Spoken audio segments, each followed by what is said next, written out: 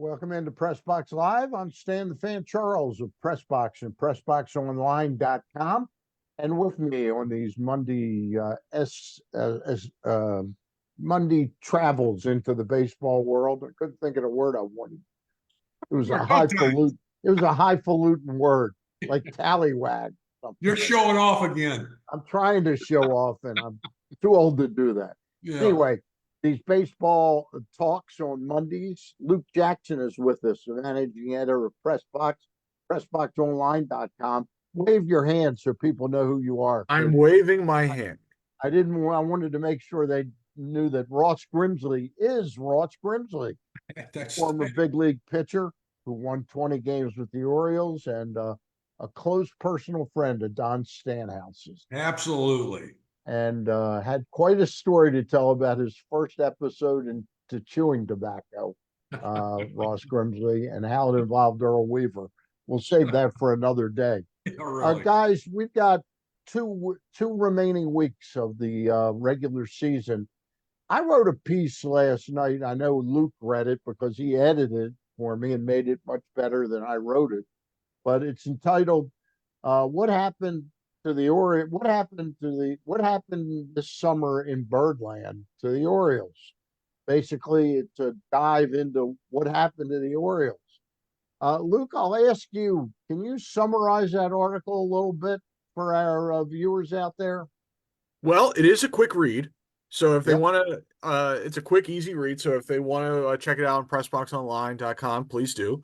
But Stan goes over the injuries, particularly to the pitching staff and to the infield, which have been very problematic for the club in the second half of the season.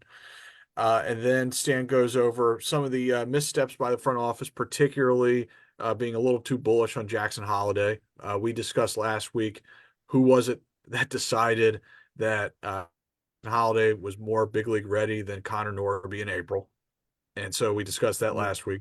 And then the other thing was just running down just the sheer number of struggling hitters in the second half of the season. And so that would be Ryan O'Hearn, of late Anthony Santander, Jackson Holliday, and then Adley Rutschman, who we talked about last week, and you wrote about him last week, hit a home run yesterday. That was actually one of his best swings in quite some time. Yeah. And then I think there was a fifth. Colton Cowser was the fifth. And so that's a lot of regulars who are not hitting at the moment and haven't been hitting for a while. And I think that's a very good summarization of that, of my article.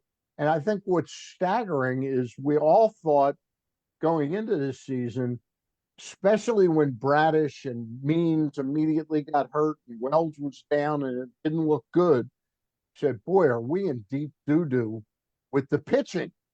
And while the pitching hasn't been great all season, somehow they've managed, Ross, to keep the pitching is keeping us in games, but the offense is not keeping us in games to the point.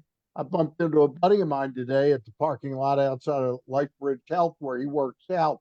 And he said, as soon as it was 2-0 yesterday, I turned the game off. It's just when we get down 1 or 2-0. Whereas last year, there was nothing to coming back. Right. I think, and we talked about it earlier off the air, that I think the league has made adjustments to the hitters with the Orioles. They're doing some different things. And I mean, if you don't change and make an adjustment when the league makes an adjustment, you're going to have some problems. And we're seeing that. I mean, the guys are still swinging for the fences. You're struggling. They're making some adjustments. The other team, they're throwing breaking balls and changeups and get you looking for that. Then they slip the fastball by you. And you're seeing that more and more. And you're seeing guys swing at more bad pitches and not make the hard contact they were making earlier. But the pitching has really, some guys have stepped up, which they've really had to, but the injuries have really been costly, have really caused some problems. But a few guys have stepped up. I mean, they're still, 4.5 games up in the wild card, only 3 back of the Yankees. Yeah. So they've really kept their head above water. And hopefully, if Webb is back, hopefully some of the other guys get back pitching-wise and can help out. And it's just a matter of waiting and seeing how they're doing and what they can do when they come back, how much they can be of help. Ross, a front office, how can it how can it accurately assess? And you were telling me before we went on the air today that your friend Shane Turner, who just got let go by the Giants, but a great baseball mind. And a Oh, couple of years back, after the Giants had won 107 or 108 games, the yeah, next year he told the front office, "We're not going to win that many games." right. There's a tendency, I think, to believe everything that's going on in front of you one season, that automatically it's going to carry over or be better the following year, when actually that whole regression to the mean can be over the course. There's no law that says regression to the mean only takes place within one season. You're It can right. average out over a 2 or 3 year But stretch. you look at, I mean, you get some baseball people that watch a team day in and day out. They're going to have better feel than maybe somebody that just relies a lot more on analytic numbers and other data. But you're going to see, you see the heart of the team, you see how they do certain things. And the Giants that year they won 107 games. They had a great year.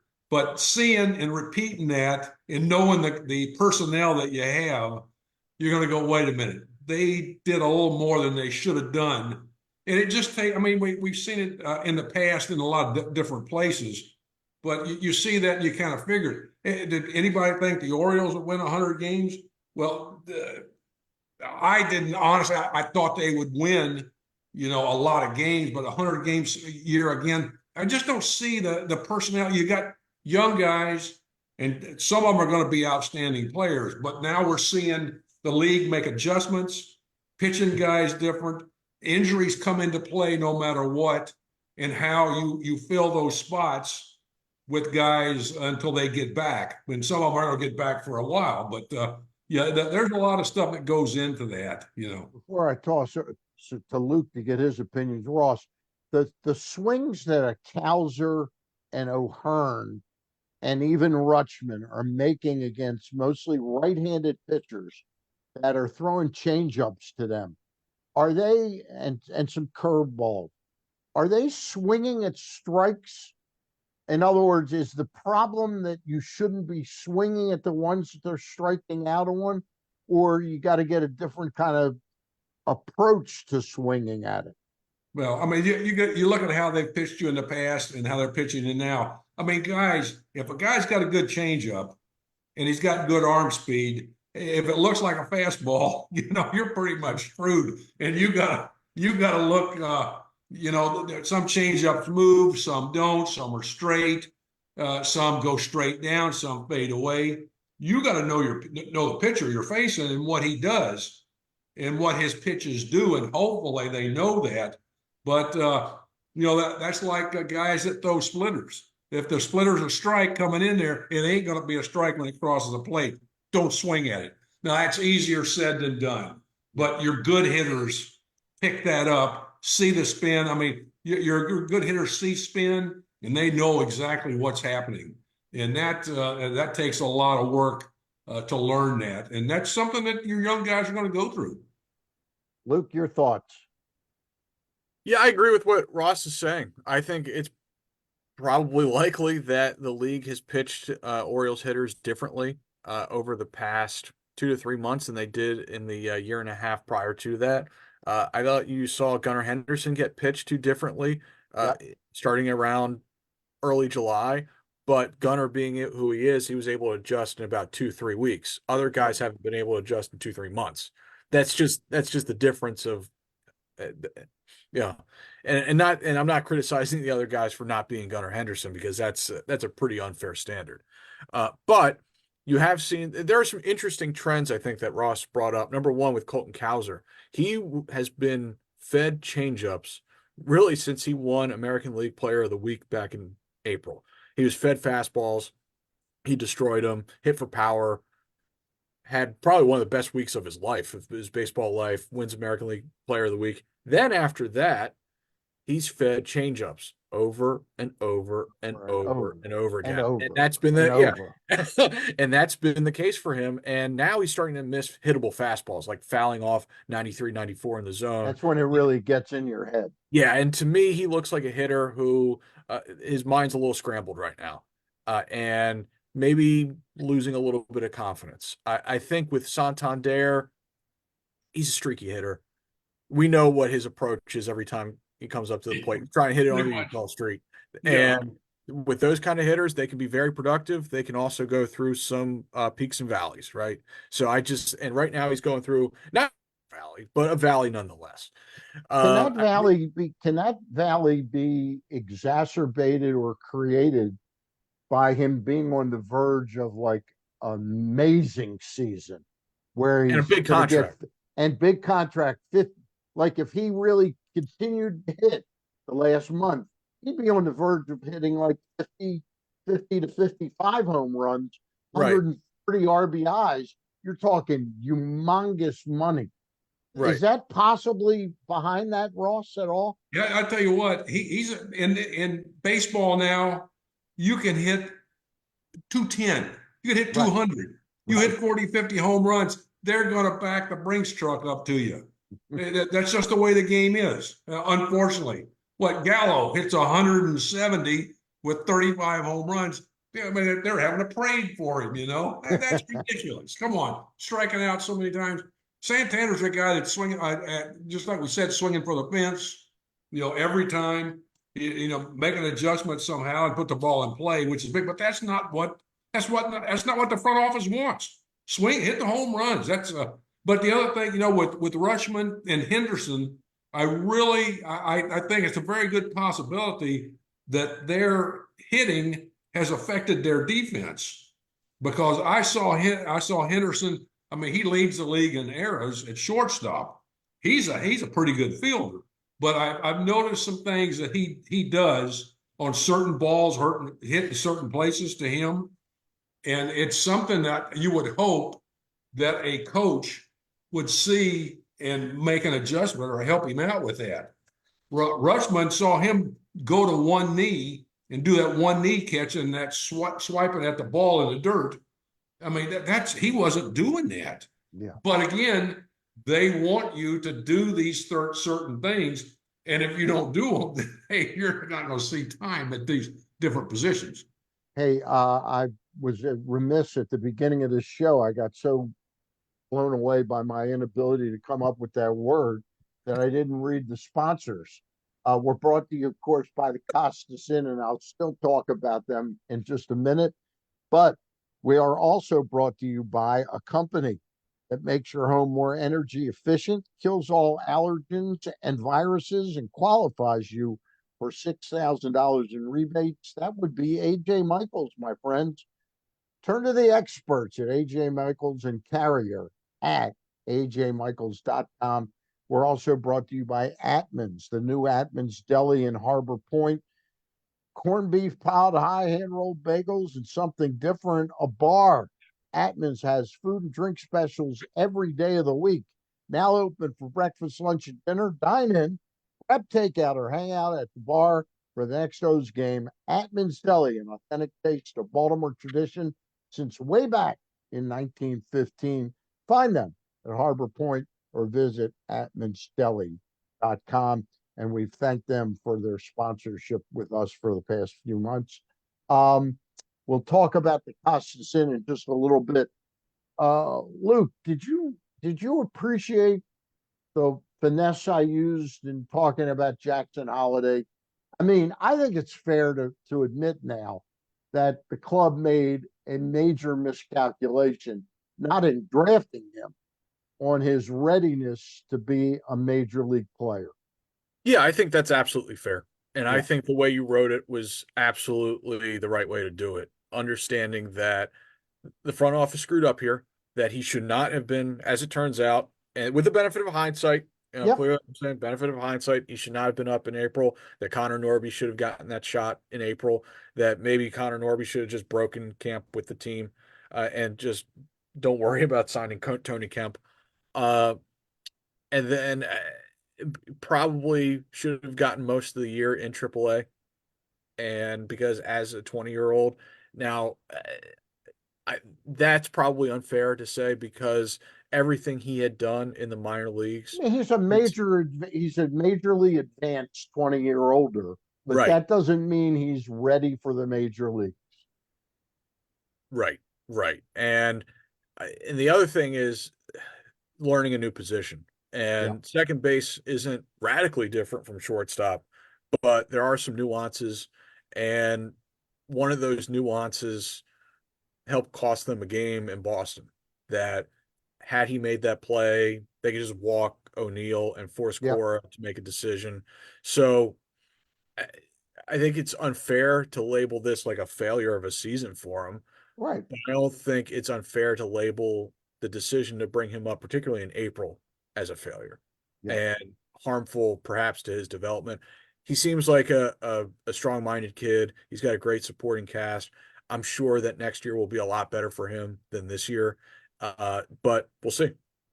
Do you think Ross, do you think, having watched him this year, and again, I make the point to tell people you're down in Florida, so you don't see every game, but you've seen him enough. Does he walk into spring training next year as the fait accompli? He's the second baseman, or does he have to earn the big league spot to be an everyday player?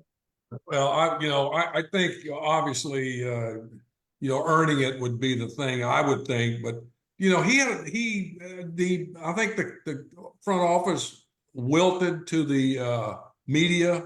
They kept pounding it how, then his dad, from what I don't know how true this is, his dad said he should be there. He said Ripken said he should be there. Yeah. Well, I mean, I don't think so. I don't think he was ready to play in the big leagues.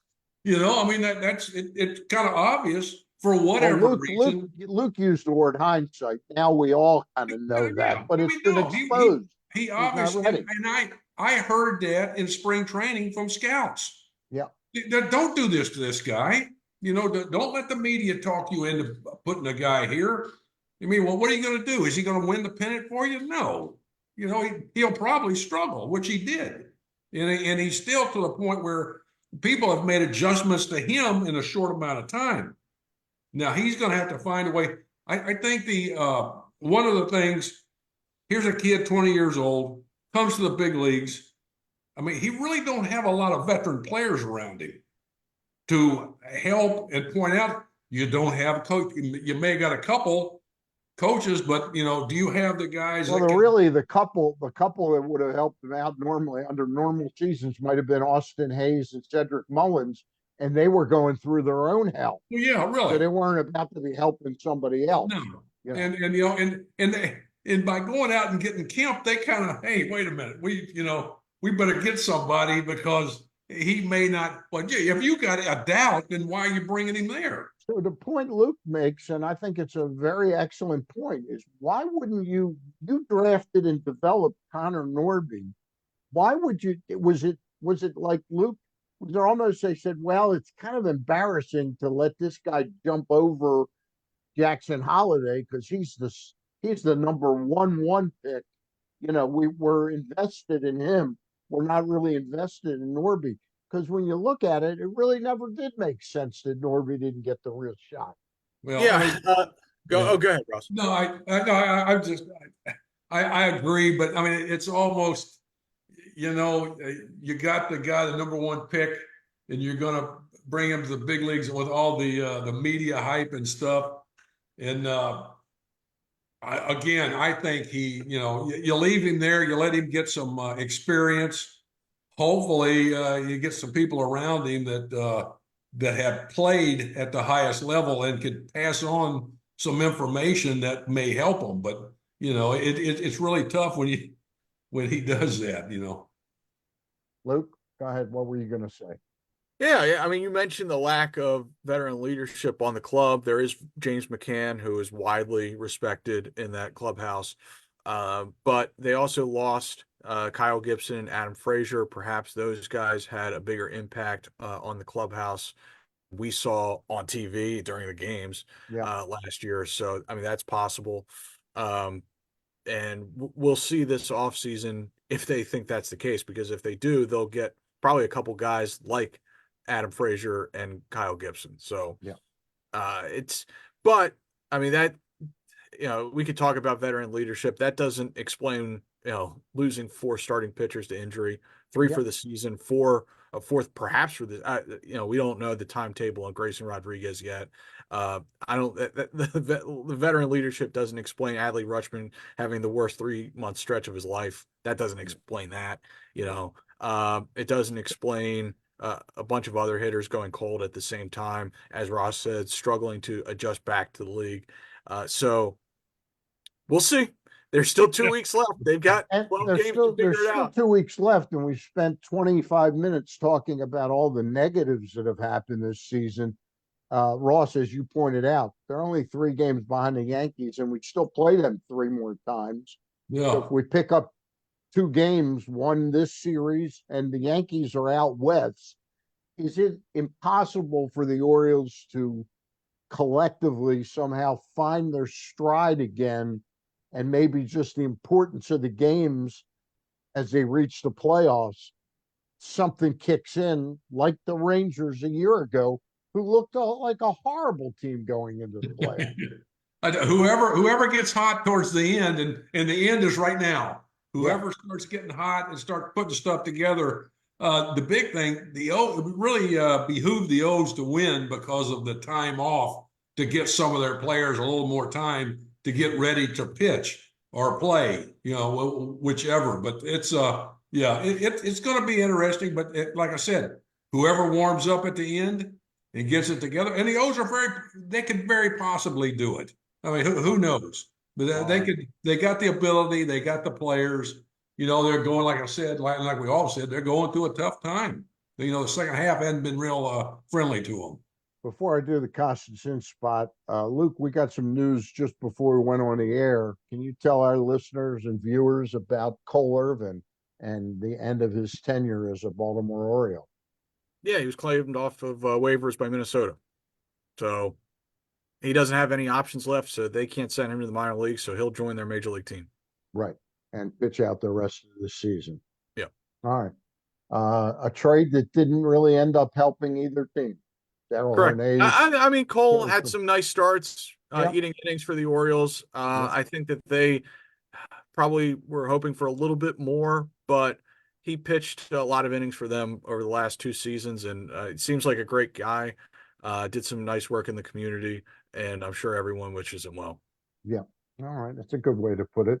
Speaking of doing well and wishing the community wishing him well, or doing well in the community, the Costas Inn has been in the community for 50 plus years over by Sparrows Point, Dundalk, Essex, Middle River. And we like to put our thumbs up about the Costas Inn because it's such a great place to eat.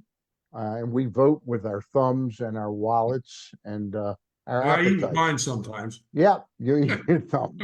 But they do have great nightly specials. You can try them any weeknight, Monday through Friday, all kinds. Steaks at special prices, fish, chicken, some of the other seafood. But the Costas Inn, a great place to go. Great place to watch some playoff baseball or Sunday football, or when the college basketball season, hockey, NBA. They've got about 20 TVs throughout the place. The Costas Inn is a great place to go. And I like to point out now, in light of that terrible bridge collapse, it's going to take a couple of years. If you live in the neighborhood, Middle River, Essex, Sparrows Point, it's a great place. It's close by. Stop by the Costas Inn. We're open 7 days a week.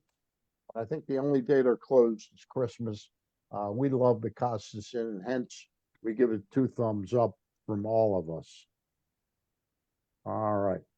Wrapping up the show for this week, the Orioles have, it's interesting in doing my power rankings, Luke, we match up exactly with the team that's closest to us in the wild card, Kansas City Royals. The Royals have San Francisco, they have Detroit for 3 at home, and then San Francisco for 3. We have San Francisco for 3 and Detroit for 3. Interesting.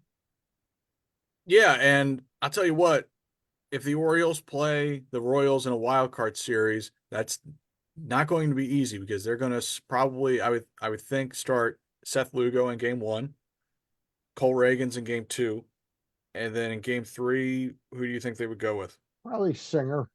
Yeah, yeah. Probably And Singer. they will test the Orioles on the base pass, is what I would say. Yeah.